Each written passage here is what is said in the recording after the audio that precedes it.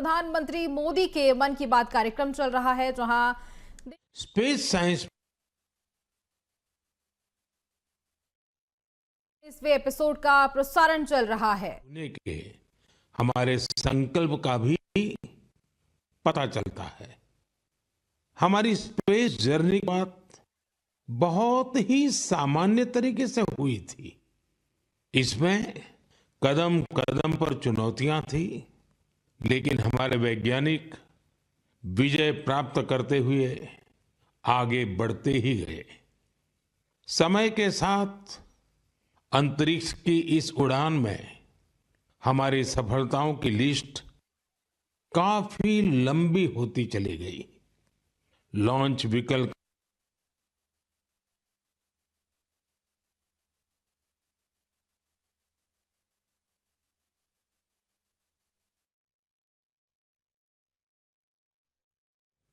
चंद्रयान की सफलता हो, मंगलयान हो, आदित्य L1 या फिर एक ही रॉकेट से एक ही में 104 सैटेलाइट्स को स्पेस में भेजने का अभूतपूर्व मिशन हो। इसरो की सफलताओं का दायरा काफी बड़ा रहा है।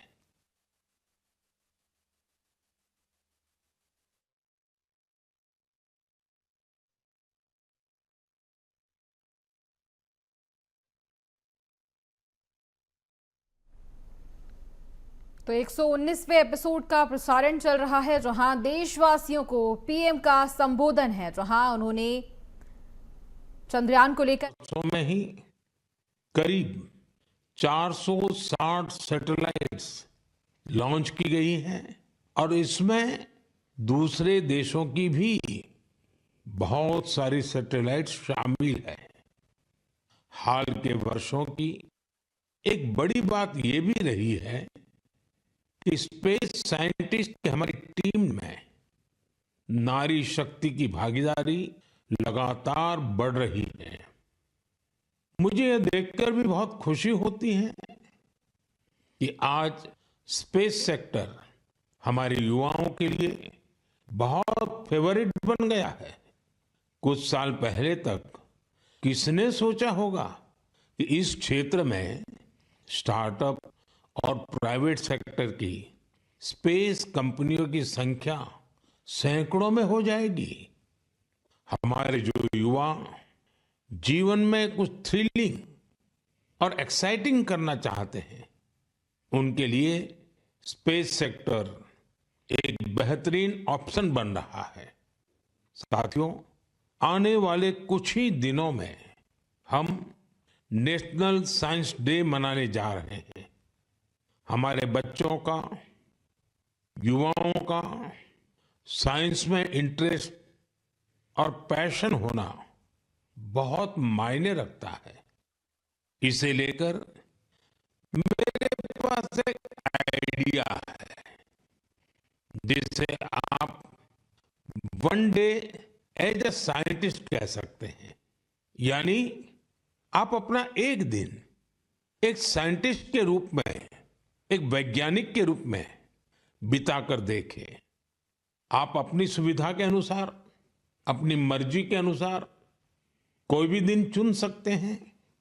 उस दिन आप किसी रिसर्च लैब, प्लेनेटोरियम या फिर स्पेस सेंटर जैसी जगहों पर जरूर जाएं। इससे साइंस को लेकर आपकी जिज्ञासा और बढ़ेगी। स्पेस और साइंस की तरह एक और क्षेत्र है जिसमें भारत तेजी से अपनी मजबूत पहचान बना रहा है। ये क्षेत्र है एआई, यानी आर्टिफिशियल इंटेलिजेंस। हाल ही में मैं एआई के एक बड़े सम्मेलन में हिस्सा लेने के लिए पेरिस गया था। वहां दुनिया ने इस सेक्टर में भारत की प्रगति की खूब सराहना की। हमारे देश के लोग आज एआई का उपयोग किस किस तरह से कर रहे हैं, इसके उदाहरण भी हमें देखने को मिल रहे हैं। अब जैसे तेलंगाना में आदिलाबाद के सरकारी स्कूल के एक टीचर थोड़ासम कैलाश जी हैं। डिजिटल गीत संगीत में उनकी दिलचस्पी हमारी कई ट्राइबल लैंग्वेज को बचाने में बहुत महत्वपूर्ण काम कर रही है। उन्होंने एआई टूल्स की मदद से कोलामी भाषा में गाना कंपोज कर कमाल कर दिया है। वे एआई का उपयोग कोलामी के अलावा भी कई और भाषाओं में गीत तैयार करने के लिए कर रहे हैं। सोशल मीडिया पर उनके ट्रैक हमारे आदिवासी भाई बहनों को खूब पसंद आ रहे हैं। स्पेस सेक्टर हो या फिर एआई, हमारे युवाओं की बढ़ती भागीदारी एक नई क्रांति को जन्म दे रही है। नई नई टेक्नोलॉजी को अपनाने और आजमाने में भारत के लोग किसी से पीछे नहीं हैं। मेरे प्यारे देशवासियों, अगले महीने 8 मार्च को अंतर्राष्ट्रीय महिला दिवस है। यह हमारी नारी शक्ति को नमन करने का एक विशेष अवसर होता है। देवी महात्म्य में कहा गया है, विद्याः समस्ताः तव देवी भेदाः स्त्रियः समस्ताः सकला जगत्सु। अर्थात सभी विद्याएं देवी के ही विभिन्न स्वरूपों की अभिव्यक्ति है और जगत की समस्त नारी शक्ति में भी उनका ही प्रतिरूप है। हमारी संस्कृति में बेटियों का सम्मान सर्वोपरि रहा है। देश की मातृशक्ति ने हमारे स्वतंत्रता संग्राम और संविधान के निर्माण में भी बड़ी भूमिका निभाई है।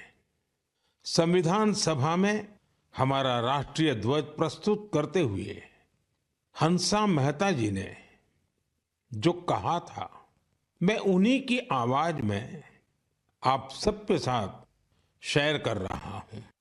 It is in the fitness of things that this first flag that will fly over this august house should be a gift from the women of India. We have donned the saffron color.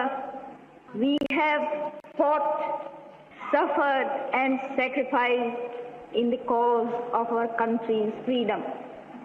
We have today attained our goal.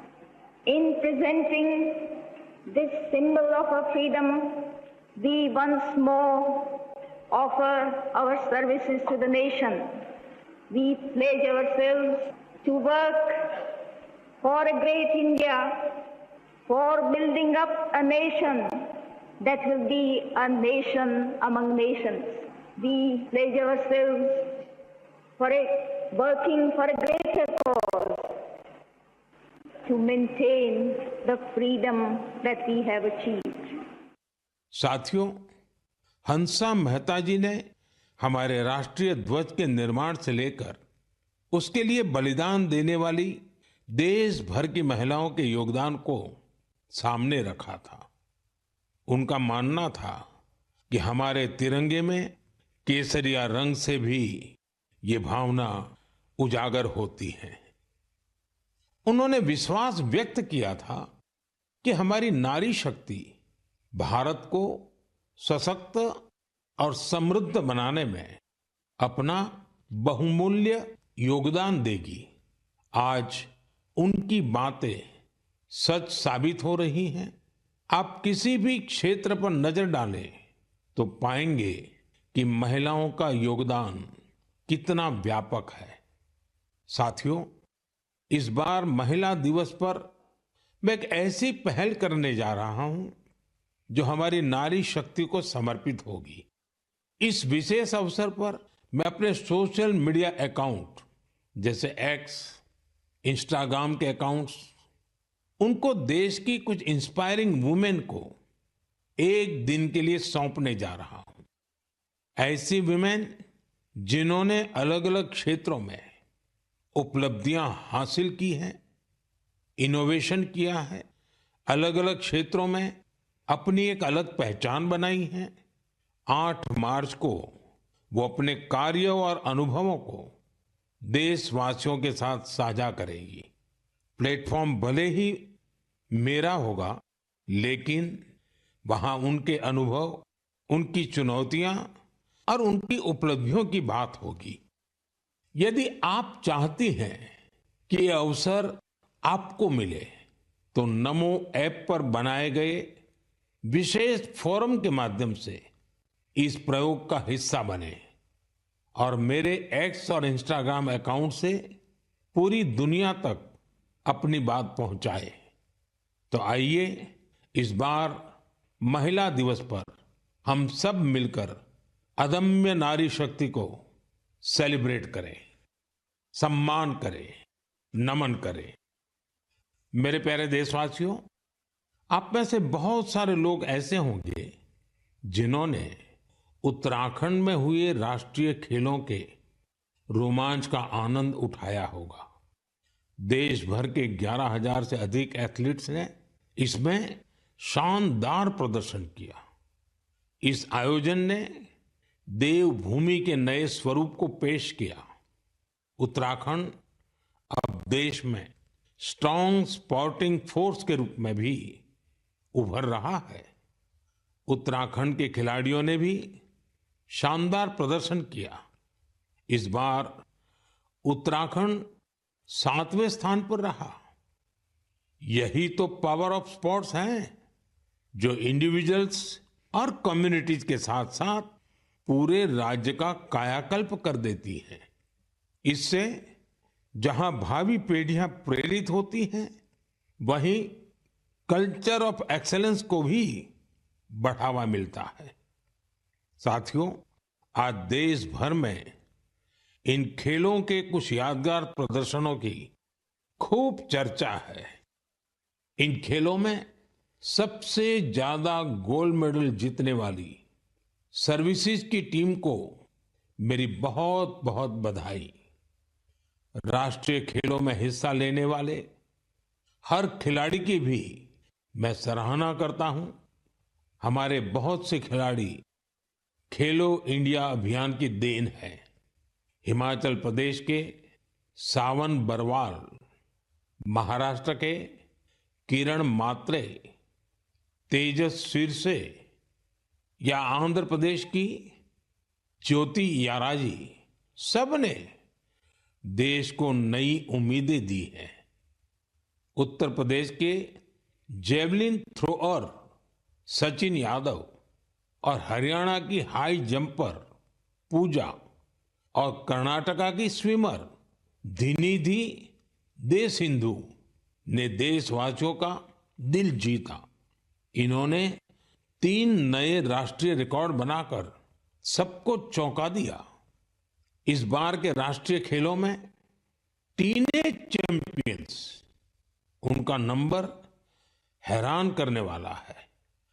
15 साल के shooter Gavin Antony, UP की hammer throw खिलाड़ी 16 साल की अनुष्का यादव, मध्य प्रदेश के 19 साल के पोल Walter Dev Kumar Meena ने साबित किया कि भारत का स्पोर्टिंग फ्यूचर बेहद प्रतिभावान पीढ़ी के हाथों में है।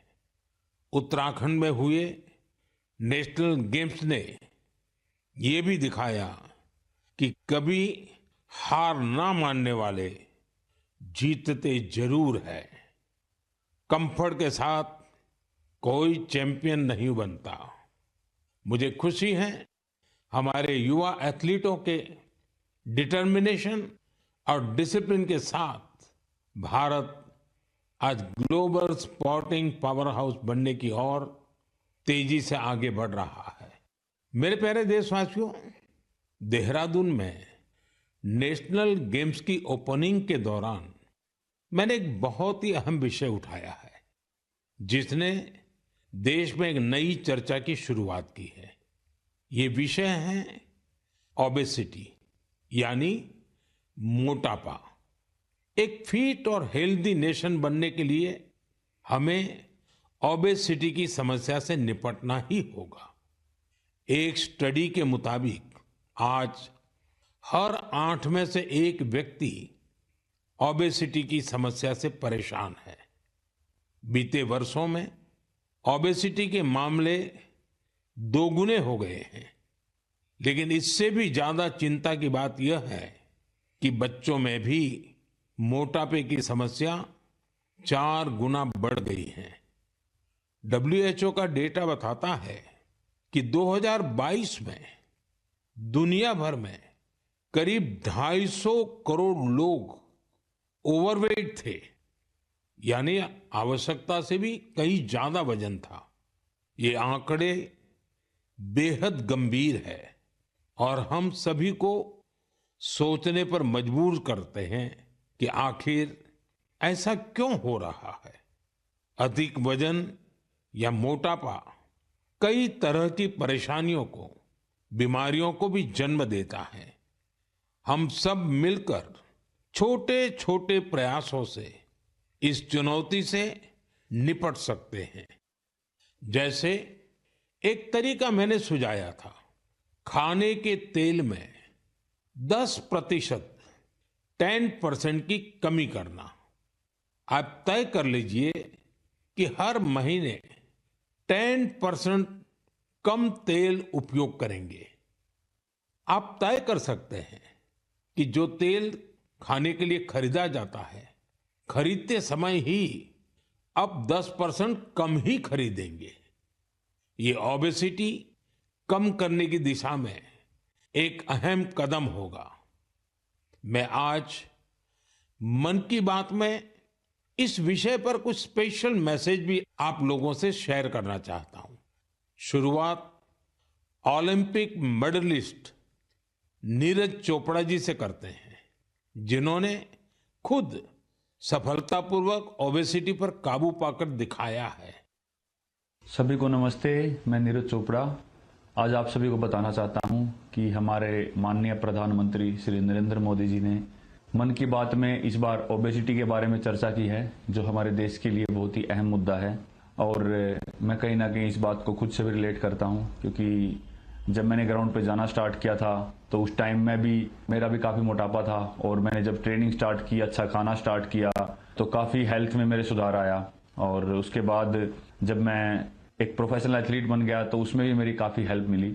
और साथ में बताना चाहूँगा कि जो पेरेंट्स हैं वो खुद भी आउटडोर स्पोर्ट कोई ना कोई खेल लें, अपने बच्चों को भी लेके जाएं और एक अच्छा हेल्दी लाइफस्टाइल बनाएं, अच्छा खाएं और अपने शरीर को 1 घंटा या जितना भी टाइम आप दे सकते हैं दिन में वो दें एक्सरसाइज के लिए।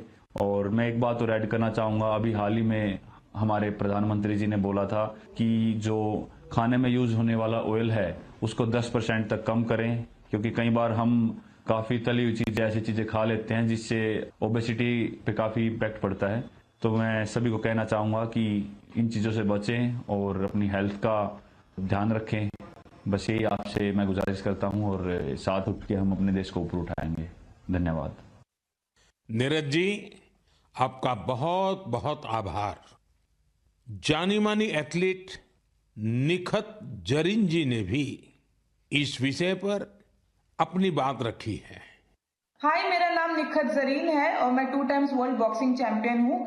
जैसे कि हमारे प्रधानमंत्री नरेंद्र मोदी जी ने मन की बात में ओबेसिटी को लेकर जिक्र किया है, and I think it's a national concern. हमें अपनी हेल्थ को लेकर सीरियस होना चाहिए, बिकॉज मोटापा जितनी जल्दी से फैल रहा है हमारे इंडिया में, उसको हमें रोकना चाहिए और कोशिश यही करनी चाहिए कि हम जितना हो सके हेल्दी लाइफस्टाइल फॉलो करें। मैं खुद एक एथलीट होके कोशिश करती हूँ कि मैं हेल्दी डाइट फॉलो करूँ, बिकॉज अगर मैंने गलती से भी अनहेल्दी डाइट ले लिया है या मैंने ऑयली चीजें खा ली, तो जिसकी वजह से मेरे परफॉर्मेंस पे इम्पैक्ट पड़ता है और मैं रिंग में जल्दी थक जाती हूँ।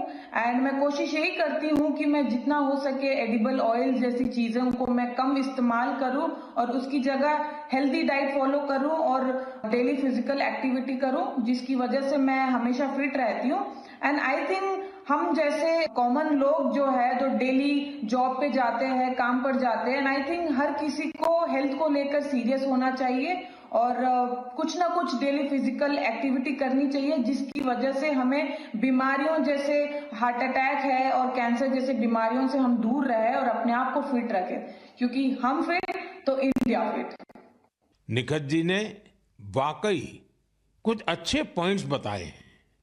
आइए अब सुनते हैं डॉक्टर देवी शेट्टी जी का क्या कहना है। आप सभी जानते हैं वे एक बहुत ही सम्मानित डॉक्टर हैं जो इस विषय पर निरंतर काम कर रहे हैं। I would like to thank our Honorable Prime Minister for creating an awareness about obesity in his most popular Mann Ki Baat program. Obesity today is not a cosmetic problem. It is a very serious medical problem. Majority of the youngsters in India today are obese. The main cause of obesity today is poor quality of food intake, especially excess intake of carbohydrates, that is rice, chapati and sugar, and of course large consumption of oil. Obesity leads to major medical problems like heart disease, high blood pressure, fatty liver and many other complications. So my advice to all the youngsters, start exercising, control your diet and be very, very active and watch your weight. Once again, I would like to wish all of you very, very happy, healthy future. Good luck and God bless. साथियों, खाने में तेल का कम उपयोग और obesity से निपटना यह केवल पर्सनल चॉइस नहीं है, बल्कि परिवार के प्रति हमारी जिम्मेदारी भी है। खान पान में तेल का अधिक इस्तेमाल हार्ट डिसीज, डायबिटीज और हाइपरटेंशन जैसी ढेर सारी बीमारियों की वजह बन सकता है। अपने खान पान में छोटे छोटे बदलाव करके हम हमारे फ्यूचर को स्ट्रॉन्गर, फिटर और डिसीज फ्री बना सकते हैं। इसलिए हमें बिना देर किए इस दिशा में प्रयास बढ़ाने होंगे। इसे अपने जीवन में उतारना होगा। हम सब मिलकर इसे खेल खेल में बहुत प्रभावी रूप से कर सकते हैं। जैसे मैं आज मन की बात के इस एपिसोड के बाद 10 लोगों को आग्रह करूंगा, चैलेंज करूंगा कि क्या वो अपने खाने में ऑयल को 10% कम कर सकते हैं, और साथ ही उनसे ये आग्रह भी करूंगा कि वो आगे नए 10 लोगों को ऐसा ही चैलेंज दे। मुझे विश्वास है इससे ओबेसिटी से लड़ने में बहुत मदद मिलेगी। साथियों, क्या आप जानते हैं कि Asiatic lion, Angul, pygmy hogs और लायन टेल मैकाक, इसमें क्या समानता है? इसका जवाब है कि ये सब दुनिया में कहीं और नहीं पाए जाते हैं, केवल हमारे देश में ही पाए जाते हैं। वाकई हमारे यहाँ वनस्पति और जीव जंतुओं का एक बहुत ही वाइब्रेंट इकोसिस्टम है, और ये वन्य जीव हमारे इतिहास और संस्कृति में रचे बसे हुए हैं। कई जीव जंतु हमारे देवी देवताओं की सवारी के तौर पर भी